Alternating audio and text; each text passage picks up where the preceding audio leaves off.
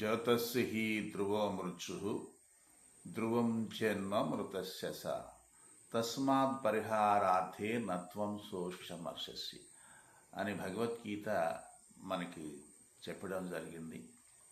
పుట్టిన వానికి మరణము తప్పదు, మరణించిన వానికి జన్మము తప్పదు. కాబట్టి ఇది తప్పనిసరి పని, ఇది ఒక దైవ శాసనం. కాబట్టి మానవుడు పుట్టడం వలన కానీ మరణించడం వలన కానీ ఎలాంటి ప్రయోజనము ఉండదు.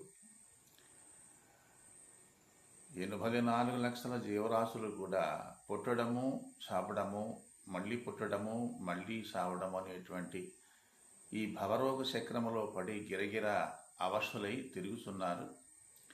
అలాగే మానవుడు కూడా అదే విధంగా జీవించటం అనేది మంచి పని కాదు.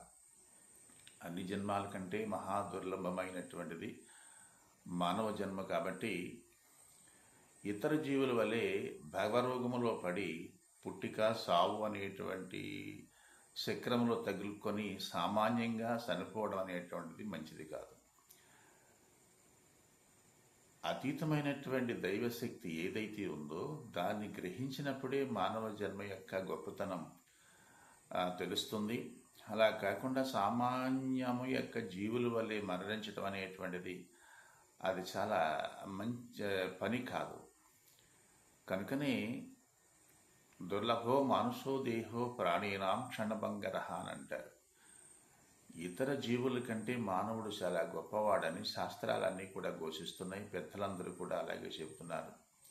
కాబట్టి మానవుడు పుట్టడం చేత కానీ మరణించడం చేత కానీ ఎలాంటి లాభము లేదు, ప్రయోజనం ఉండదు.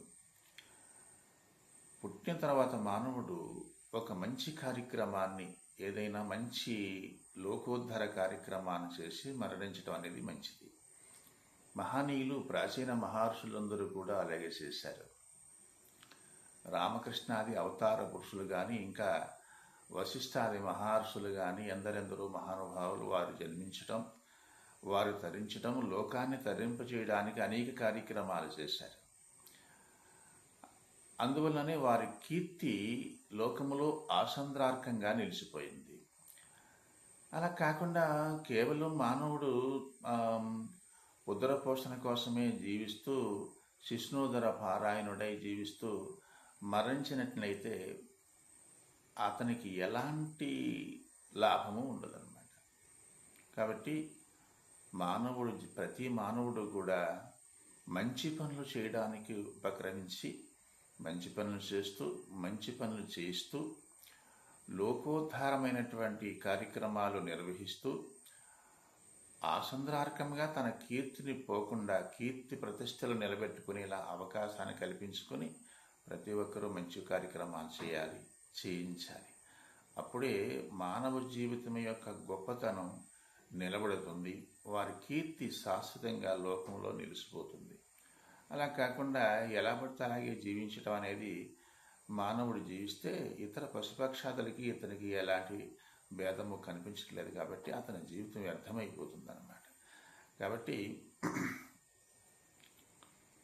చాలా శ్రేష్టమైనది మానవ జన్మ. కాబట్టి ఈ మానవ జన్మ పొందినందుకు మనం లోకములో జీవించడం మంచిదే, కానీ అజ్ఞానంతో జీవించడం మంచిది కాదు.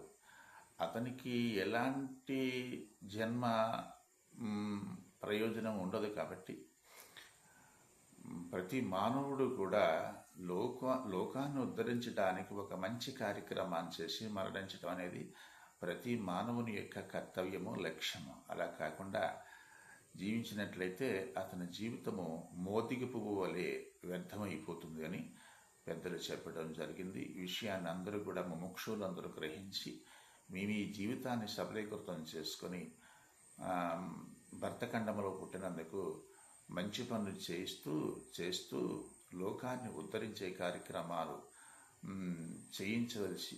చేస్తూ ఉండాలి. అలాంటప్పుడే మానవ జన్మ మనం పొందినందుకు మనకి లాభం ఉంటుంది.